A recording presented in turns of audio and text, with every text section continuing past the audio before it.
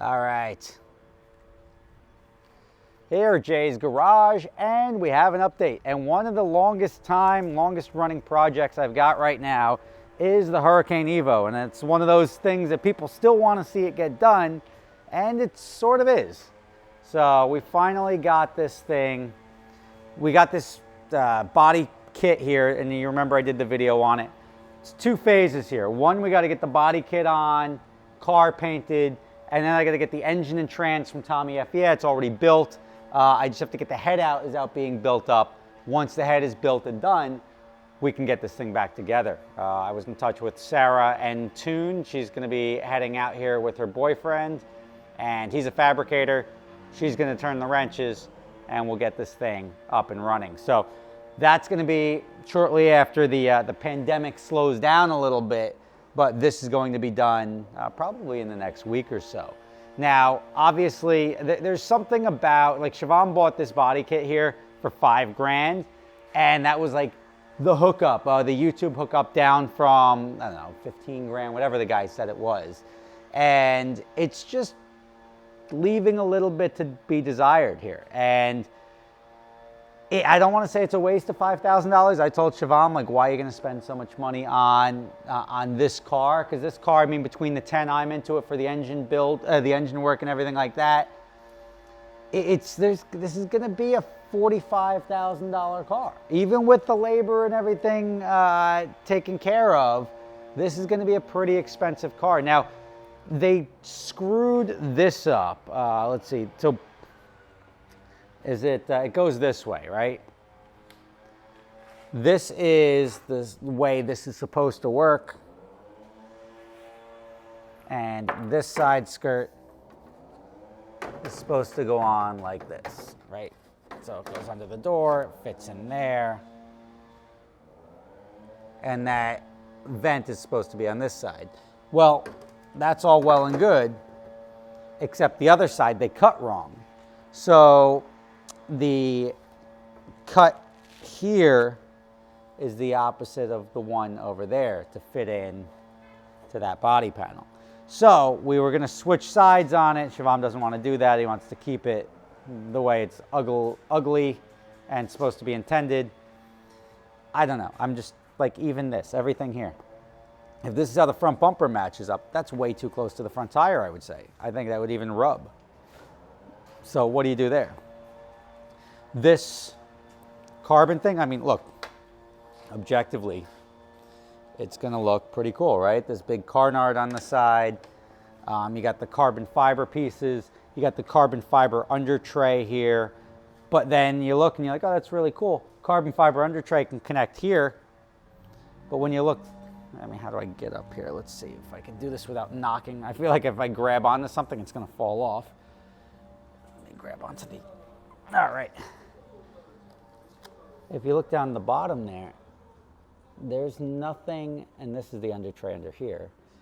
There's nothing to connect the under tray to the car. See? Let's see. Let me give you a tight zoom. I just don't want to ruin this guy's work. But you see the carbon fiber, and then the fiberglass just comes straight down. There's no like lip on the fiberglass.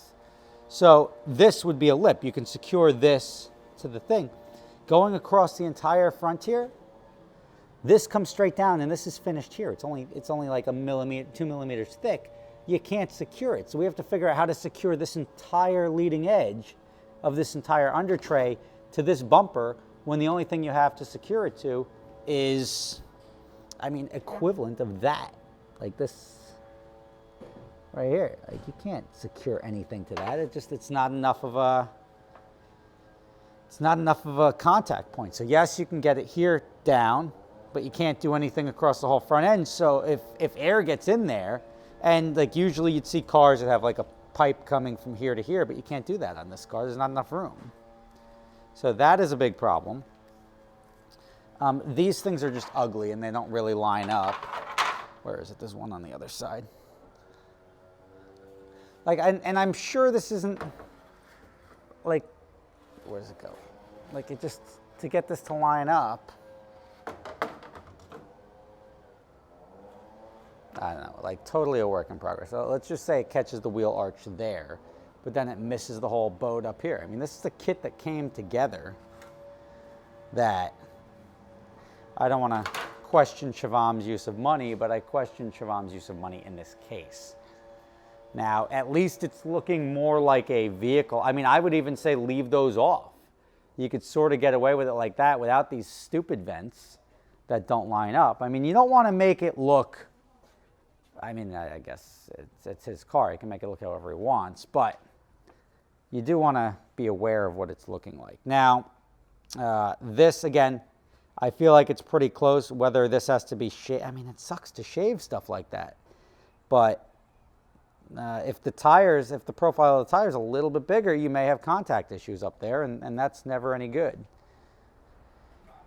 But at least we're making progress. These are the easiest ones here, right here. They glue on the back here to make it look like a fender flare. But progress is being made. Unfortunately, it's more difficult. It's always more difficult. It's never like, yeah, just glue it on.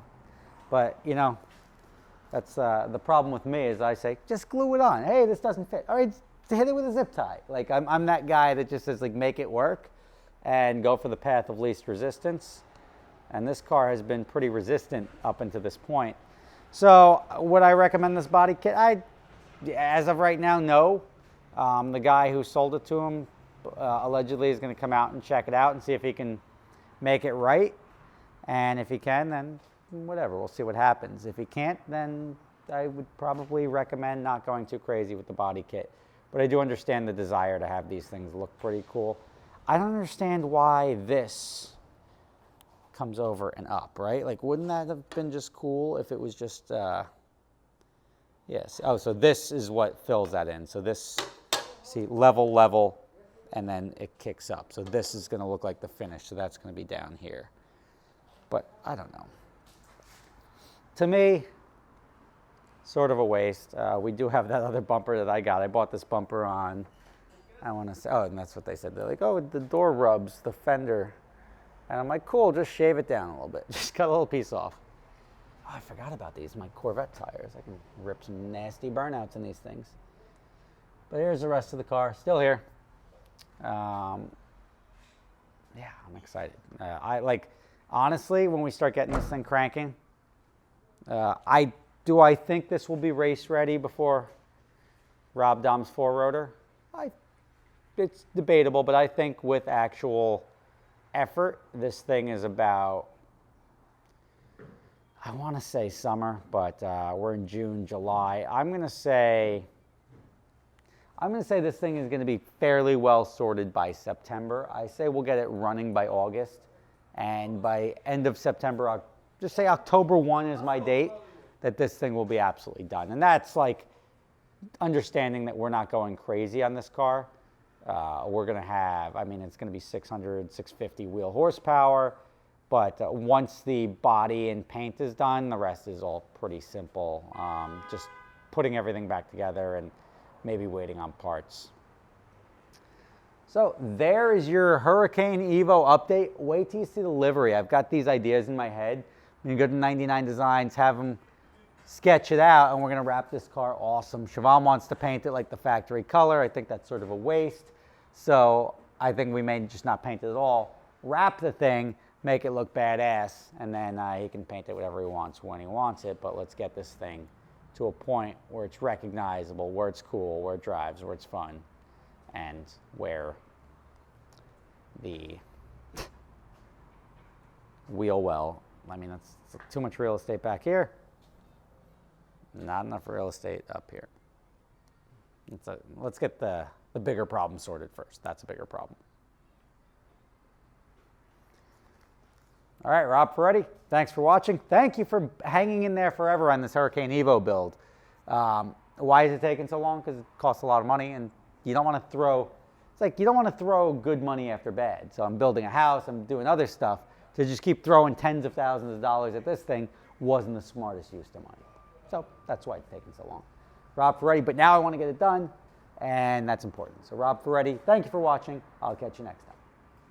So you guys are familiar with my other company, Adventure Drives, right? Well, this year we've got 2 trips coming up. One which is starting in Seattle and ending in Jackson Hole in July. That's going up through the Canadian Rockies, coming down through Banff, Yellowstone, Glacier National Park, and Grand Teton National Park. It's going to be phenomenal.